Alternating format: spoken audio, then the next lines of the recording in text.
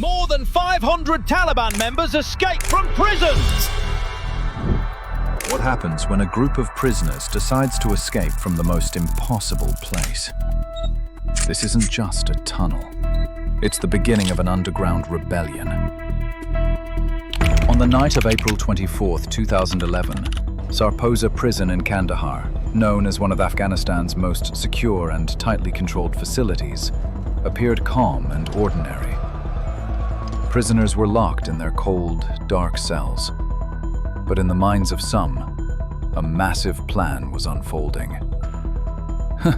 About 476 to 540 prisoners, mostly Taliban members and experienced commanders, were ready to break through the iron walls. The prison held individuals accused of terrorist attacks, bombings, and military operations against the Afghan government and NATO forces.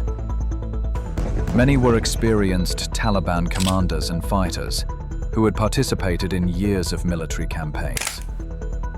For them, the prison was not just confinement, it was a challenge, a test of their intelligence, coordination, and willpower. The idea of escape had been in the works for months. A group of prisoners, with outside collaborators, began planning a tunnel that would stretch from beneath the prison grounds to a nearby safe house. The tunnel was approximately 350 meters long. Every centimeter of excavation required careful planning to avoid detection. Prisoners devised ways to quietly remove the soil and hide it within the prison. Digging the tunnel was one of the most complex parts of the operation.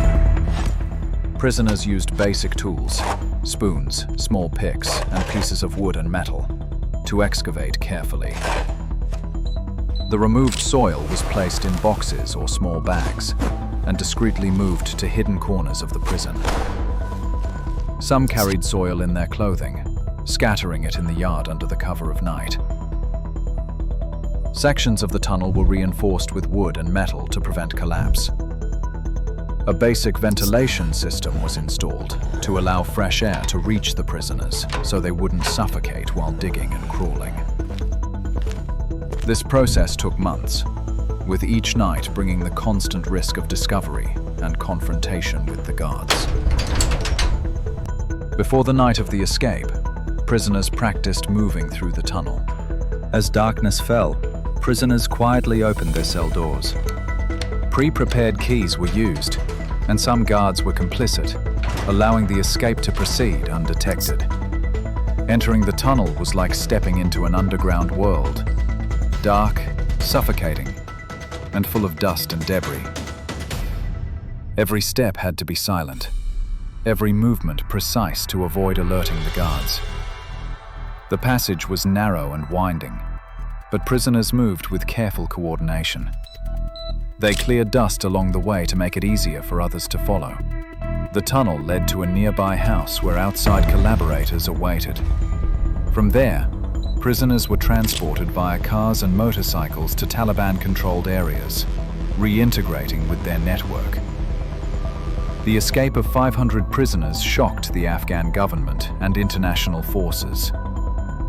President Hamid Karzai called the event a security disaster. Some prison guards' complicity ensured the operation's success and exposed serious weaknesses in Afghanistan's security and judicial systems.